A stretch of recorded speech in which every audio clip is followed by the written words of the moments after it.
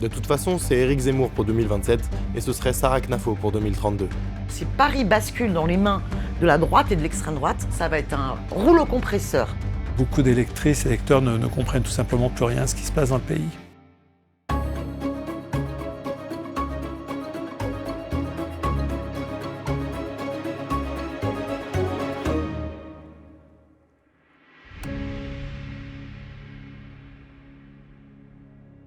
Bonjour à toutes et à tous et bienvenue dans ce numéro un peu spécial de Face Cachée, l'émission d'enquête du Média. À seulement quelques jours du premier tour des élections municipales, nous vous proposons une plongée dans la campagne politique parisienne. Alors pourquoi Paris ? Parce que cette campagne, dans la capitale, à 1 an de l'élection présidentielle, concentre des éléments inédits qui impactent directement la vie politique de tout le pays. D'autant plus que s'applique cette année un changement de mode de scrutin qui tente à la nationalisation de la mairie de Paris et que s'y présentent des personnalités aux volontés présidentielles. Paris, tremplin pour la présidentielle, c'est une enquête de Lydia Ménez et Sarah Duyeux. À Paris, les élections municipales de 2026 ont pris une tournure sans précédent. Après l'annonce d'Anne Hidalgo de ne pas se présenter à un 3e mandat, la capitale pourrait bien basculer à droite après 25 ans de gouvernance socialiste. Mais l'identité de son successeur n'a jamais été aussi incertaine. À quelques jours du scrutin, 5 candidates ou candidats peuvent potentiellement atteindre les 10% de voix nécessaires pour se qualifier au second tour. Rachida Dati, Sophia Chikirou, Emmanuel Grégoire, Pierre-Yves Bournazel et Sarah Knafo. Une configuration inédite dans un contexte politique national chaotique, marqué par un changement de mode de scrutin dans la capitale et la perspective de l'élection présidentielle de 2027. Pour comprendre les intérêts et les stratégies de chacun, on a enquêté, on s'est rendu à des meetings, on a discuté avec l'entourage de tous les candidats. Certains ont voulu rester anonymes, d'autres ont accepté de parler en répondant plus ou moins aux questions. Si vous voulez poser une question sur Sarah Knafo, sur Rachida Dati, je pense que vous pourrez aller à leur QG et leur demander directement, c'est plus agréable. Ambition personnelle, ombre de la présidentielle, alliance, trahison, coup bas, retour sur les enjeux des élections municipales de Paris 2026.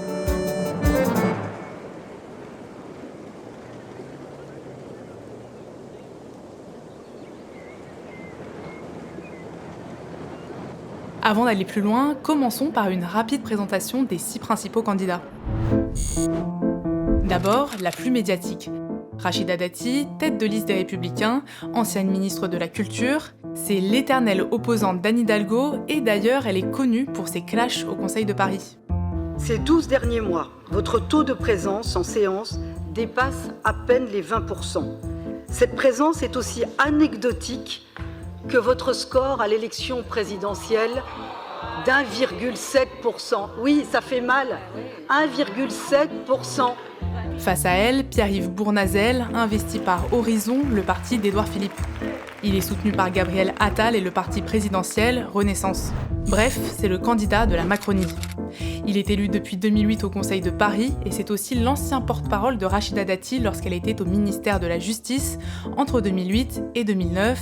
Et depuis, leurs relations sont compliquées. Pour la gauche, c'est Emmanuel Grégoire, actuel numéro 2 de Paris, qui se lance dans la course. Les écologistes et les communistes se sont rassemblés derrière lui dès le premier tour, pour la première fois de l'histoire. C'est le candidat unique de toute la gauche. Enfin, presque toute la gauche. La France insoumise a décidé de partir de son côté en investissant Sophia Chikirou. Elle est députée de Paris et elle est proche, très proche de Jean-Luc Mélenchon. Ici, on la connaît un peu parce qu'elle a cofondé Le Média, mais depuis son départ en 2018, on n'a aucun compte à lui rendre et on a même eu du mal à la contacter. Pour le Rassemblement national, le candidat, c'est Thierry Mariani. Ancien ministre de Nicolas Sarkozy, il est député européen depuis 2019. Il a longtemps été à droite avant de rejoindre le RN en 2022. Mais à l'extrême droite, la vraie surprise pour ces municipales, c'est Sarah Knafo, tête de liste de Reconquête, le parti fondé par Éric Zemmour. Elle est surtout connue pour avoir été sa directrice de campagne lors de la dernière présidentielle, et elle est proche, très proche de lui. Voilà pour les présentations, et vous vous en doutez, entre eux, tous les coups sont permis. Le cas le plus emblématique, c'est celui de la gauche. Elle s'était montrée unie avec la NUPES, puis avec le NFP. Entre-temps, il y a eu les débats sur le budget qui ont cristallisé toutes les tensions. Les socialistes ont négocié, puis voté avec le gouvernement macroniste, une trahison impardonnable pour une bonne partie de la gauche, en particulier LFI. Désormais, la rupture est nette entre les deux camps à l'Assemblée nationale. Alors forcément, quand une candidature unique de gauche, portée par un socialiste, est annoncée pour les municipales, LFI n'est pas de la partie. Les socialistes ont une responsabilité très importante en laissant passer le budget. Lui, c'est Jérôme Glaise. Il est conseiller écologiste de la ville de Paris et contrairement à son parti, il a refusé de se ranger derrière Emmanuel Grégoire et a rejoint la liste de Sofia Chikirou. Le budget est essentiellement voté par l'Assemblée nationale, le budget des villes. Donc le fait de ne pas voir la connexion qu'il peut y avoir entre les deux, ça n'est pas comprendre comment fonctionnent les finances publiques et le financement des collectivités territoriales. Il ne faut pas être schizophrène, donc on ne peut pas être à la fois le candidat qui va voter donc le budget ou qui va laisser passer le budget et le candidat qui va être maire de Paris. Les partisans de la candidature unique, eux, avancent un argument d'urgence et de responsabilité, se rassembler pour éviter la dispersion des voix et garder Paris à gauche. C'est l'avis de Daniel Simonet, ex-LFI et membre du mouvement L'Après. Alors, c'est pas une évidence pour nous de rejoindre la liste d'Emmanuel Grégoire au départ. Moi, j'ai incarné pendant 2 mandatures la seule conseillère de Paris qui était l'opposition de gauche à Anne Hidalgo. Et j'ai soutenu toutes les mobilisations.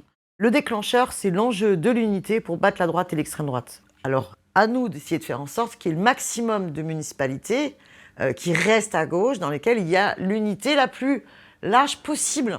Une unité factice, d'après Jérôme Glaise, puisqu'elle ne réunit que les socialistes, les écologistes et les communistes. On nous a imposé d'emblée l'accord de la fausse unité parce que la gauche unie sans LFI, ce n'est pas la gauche. C'est qu'une partie de la gauche. Donc moi, j'ai toujours été opposé à ce type de stratégie. À droite, on a aussi du mal avec le concept d'unité. Vous vous rappelez quand on vous disait que dans la compétition, il y avait une ex-ministre d'un gouvernement macroniste, Rachida Dati, et un candidat macroniste, Pierre-Yves Bournazel. Vous n'y comprenez rien? C'est normal. Laissez-nous vous expliquer la genèse de cette trahison. On rembobine. En janvier 2024, Rachida Dati accepte de rejoindre le gouvernement macroniste de Gabriel Attal à une condition, que le camp présidentiel soutienne sa candidature aux élections municipales de 2026. Il y a évidemment l'enjeu de la mairie de Paris, et donc j'ai l'assurance de l'enjeu de la mairie de Paris, et qu'on puisse gagner Paris, parce que c'est mon seul objectif. Moi, je vais rester LR, j'en ai discuté aussi avec Éric, et donc sur le groupe, moi je voulais avoir évidemment votre avis, les uns et les autres. Finalement, à quelques mois des municipales, Renaissance annonce vouloir soutenir Pierre-Yves Bournazel. Pourquoi un tel revirement? Pour tenter d'y répondre, on s'est rendu à son grand meeting. Rendez-vous au cirque d'hiver où on a retrouvé tout le gratin de la Macronie. Déjà, on a eu le plaisir de revoir Marlène Schiappa en maîtresse de cérémonie. On a aussi retrouvé nos 2 anciens premiers ministres et on vous laisse juger leur arrivée. Notre candidat, le futur maire de Paris, celui qui gagne à être reconnu et qui gagnera tout court en mars, Pierre-Yves Bournazel. Après 2 longues heures de prise de parole, on a réussi à attraper Prisca Thévenot, ancienne porte-parole du gouvernement et soutien de Pierre-Yves Bournazel. Pourquoi ne pas avoir poussé Rachida Dati alors qu'elle est au gouvernement? Pourquoi ne pas accepter qu'on puisse porter un projet différent, un projet avec une nouvelle personnalité qui est là justement encore une fois pour travailler sur le fond. C'est pas en parlant des personnes et des noms des uns et des autres que les Parisiens vont voter. Ils vont voter pour celles et ceux qui vont pouvoir enfin changer leur vie au quotidien. Pas d'explication donc devant la caméra, mais en off, un autre élu présent au meeting nous explique pourquoi l'accord entre Rachida Dati et Emmanuel Macron n'a finalement pas été respecté. D'abord parce que le choix du candidat à soutenir revient au secrétaire national de Renaissance, Gabriel Attal, et non au président de la République.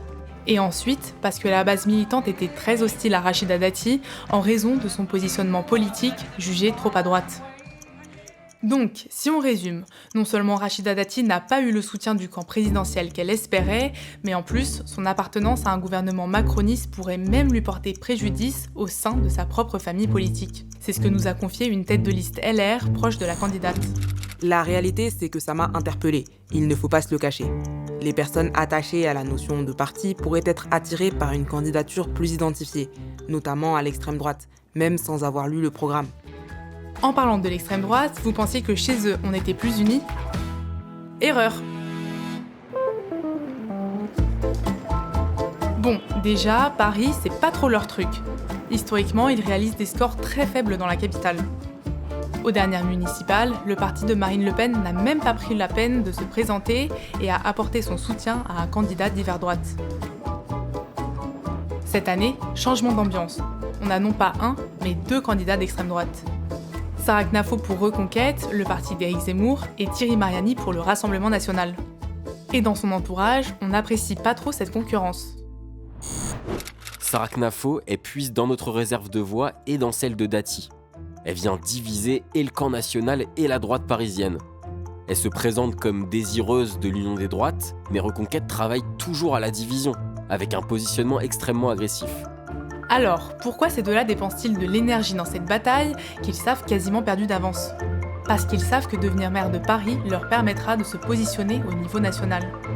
Je pense que c'est venu d'abord des municipales de 1977, de l'époque de Chirac, cette idée que dans la vie politique nationale, à partir de l'Hôtel de Ville de Paris, un destin national pouvait se construire. Il y a aussi le legs de personnalités politiques très importantes. La ville a été dirigée par de grandes personnalités, Jacques Chirac, Bertrand Delanoë, Anne Hidalgo, aujourd'hui.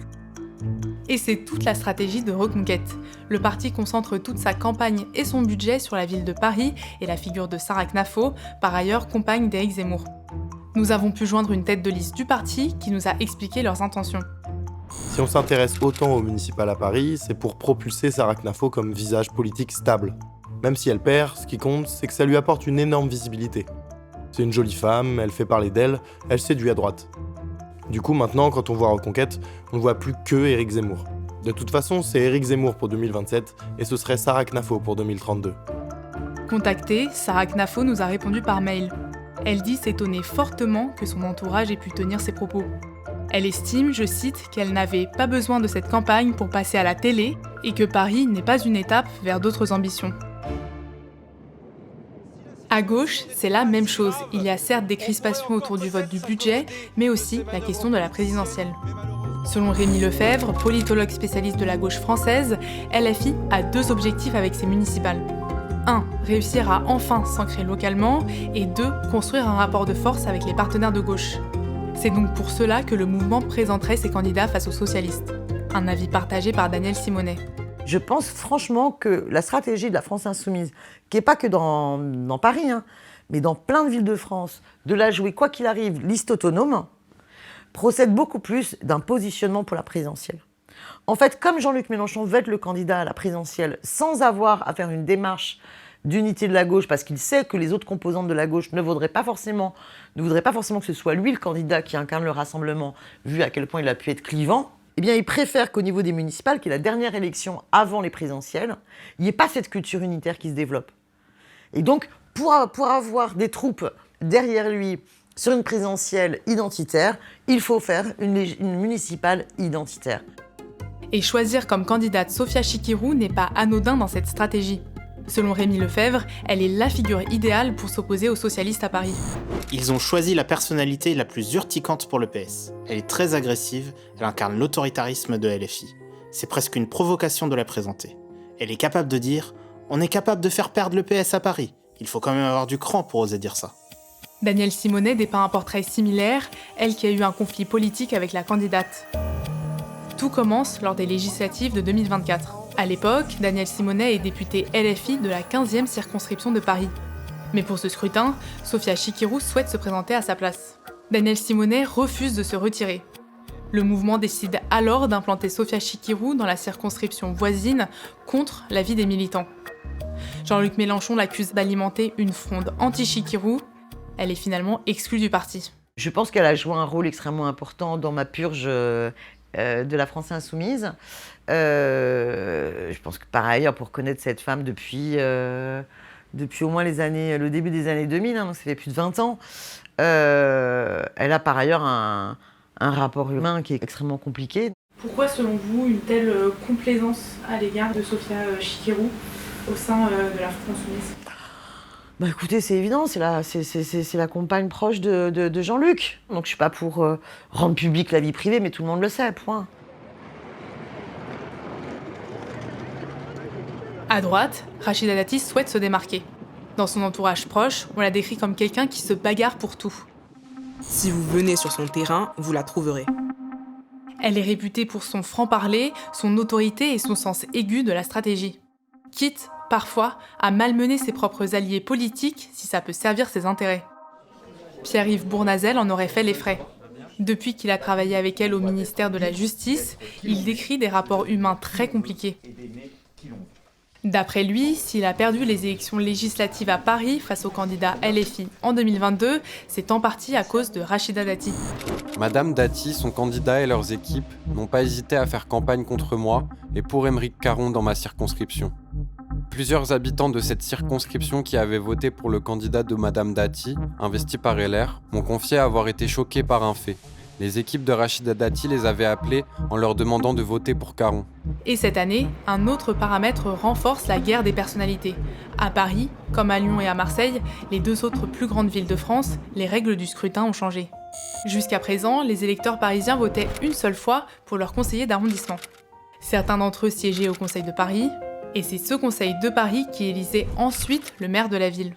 Dans chaque arrondissement, la liste arrivée en tête remportait automatiquement la moitié des sièges de son secteur au Conseil de Paris. Les autres étaient répartis proportionnellement entre les listes. Donc même quand une liste obtenait en cumulé le plus grand nombre de voix à l'échelle de la ville, si elle arrivait en tête dans peu ou aucun arrondissement, elle n'obtenait que peu de sièges au Conseil de Paris et avait donc peu de poids dans l'élection du maire de la ville. Un mode de scrutin injuste selon l'opposition. En janvier 2024, Emmanuel Macron annonce donc vouloir mettre fin à cette particularité. La seule chose que je veux pour Paris, c'est qu'un électeur puisse avoir les mêmes droits et compter autant à Paris qu'à Amiens, à Besançon ou ailleurs. Et donc que le gouvernement et le Parlement puissent décider d'une réforme en profondeur de la loi Paris-Lyon-Marseille pour revenir au droit commun. Cette réforme est adoptée l'année suivante. À partir des élections municipales de 2026, les électeurs votent donc 2 fois le même jour dans 2 urnes. Un bulletin pour élire leur conseiller d'arrondissement et un bulletin pour élire les membres du Conseil de Paris qui désignent à leur tour le ou la maire de Paris. Seules les listes qui ont obtenu au moins 10% des suffrages exprimés au premier tour peuvent se maintenir. C'est pas une petite présidentielle, bien sûr, mais c'est vrai qu'à partir du moment où il y a cette élection en direct de celui qui sera sur le siège de maire de Paris, ça change la nature de la campagne. Et cette année, avec autant de partis en mesure d'accéder au second tour, la question des alliances devient inévitable. Le rapprochement dont tout le monde a parlé ces dernières semaines, c'est celui entre Rachida Dati et Sarah Knafo. Des proches de la candidate Reconquête nous ont même confié préférer se ranger derrière la candidate LR plutôt que de s'allier avec le Rassemblement national. Car selon eux, elle au moins, elle dit la vérité et ne lisse pas son discours pour se faire élire. Officiellement, l'ancienne ministre de la Culture ne veut pas de cette union. Elle et son entourage ont encore du mal à digérer les attaques racistes d'Éric Zemmour en 2016. J'estime qu'en donnant des prénoms musulmans, il refuse de s'approprier l'histoire de France. Vos chroniques. Et je l'ai dit à Rachida Dati d'ailleurs, qui a donné un point de prénom à sa fille Zora. Je trouve ça scandaleux, je lui ai dit. Après cette séquence, Rachida Dati a dénoncé une obsession et lui a suggéré d'aller se faire soigner. 10 ans plus tard, elle a réitéré ses propos sur le plateau de BFM TV. Voilà. Quelqu'un qui a demandé à ce que je sorte de mes fonctions gouvernementales parce que j'avais prénommé ma fille du prénom de maman, ça n'est pas acceptable. Donc comment voulez-vous s'entendre là-dessus ?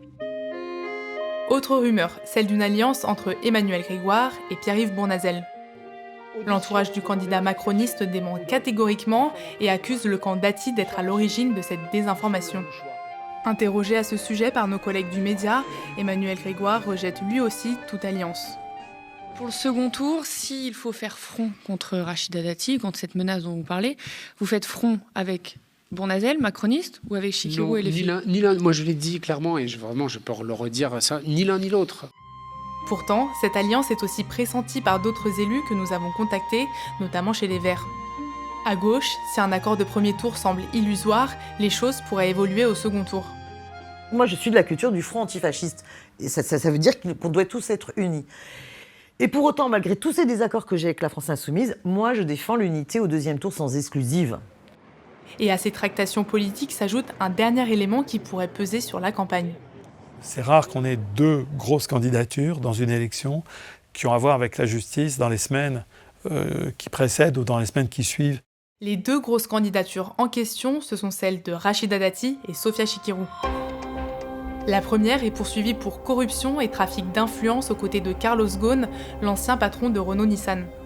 Elle est soupçonnée d'avoir perçu 900 000 € entre 2010 et 2012 pour des prestations de conseil qu'elle n'aurait en réalité jamais réalisées alors qu'elle était avocate et députée européenne. Selon les juges, cela s'apparente à du lobbying. Le procès est prévu en septembre 2026, 6 mois après les élections municipales.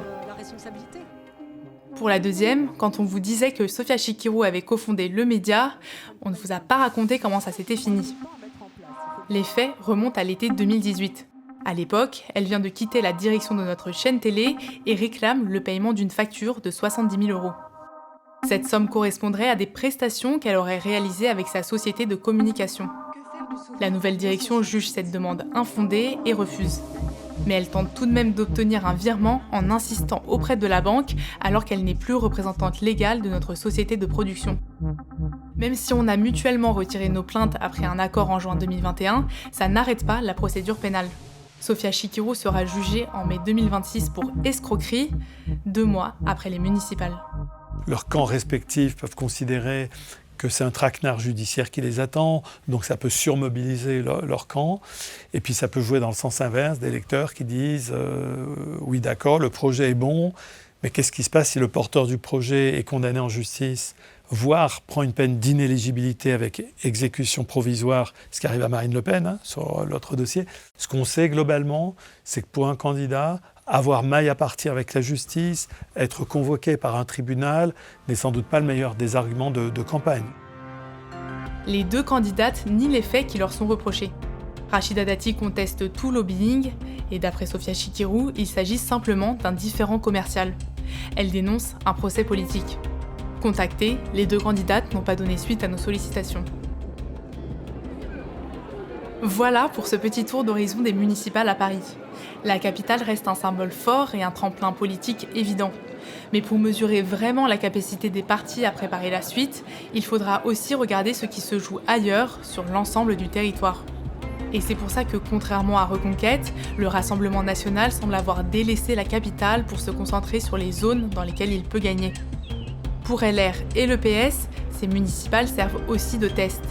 Est-ce que ces partis, historiquement ancrés localement, parviendront à se maintenir ? Et dans le bloc de gauche, les rivalités pourraient-elles laisser place à une nouvelle coalition, comme au temps de la NUPES puis du NFP ? C'est en tout cas ce que souhaitent Daniel Simonet et Jérôme Glaise. Pour l'élection 2027, ce qui aurait été idéal, c'est d'avoir du coup une gauche qui a l'intelligence de se rassembler et d'être à la fois dans un dispositif unitaire sur toutes les municipales et capable de définir quel dispositif national unitaire pour définir une candidature commune pour 2027. Que ce soit les Insoumis, que ce soit donc l'autre primaire, ils seront bien obligés de se réunir si on veut empêcher Bardella d'arriver au pouvoir. Et les municipales ne sont qu'un début. D'autres échéances arrivent vite, à commencer par les sénatoriales en septembre 2026. Un scrutin indirect, puisque ce ne sont pas les citoyens qui votent, mais les grands électeurs. Et parmi eux, il y a 90% de conseillers municipaux. Puis viendront la présidentielle en 2027 et les législatives en 2029. D'ici là, les municipales donneront un aperçu des alliances possibles, des rapports de force et des personnalités qui s'installeront pour la suite. Merci de nous avoir suivis sur le canal 165 de votre Freebox et grande nouveauté sur le canal 235 de votre Livebox sur le réseau Orange. Prochaine étape, la TNT francilienne. L'Arcom a ouvert les candidatures pour un canal en Île-de-France et nous sommes sur les starting blocks. C'est grâce à vous que le média peut continuer de concurrencer l'empire médiatique des milliardaires et leur agenda réactionnaire. Pour nous aider, une seule adresse, soutenez.lemedia.fr. C'est votre mobilisation qui nous permet de continuer le combat et qui nous portera, on l'espère, bientôt sur la TNT. Très belle soirée à vous et à très vite sur Face Cachée.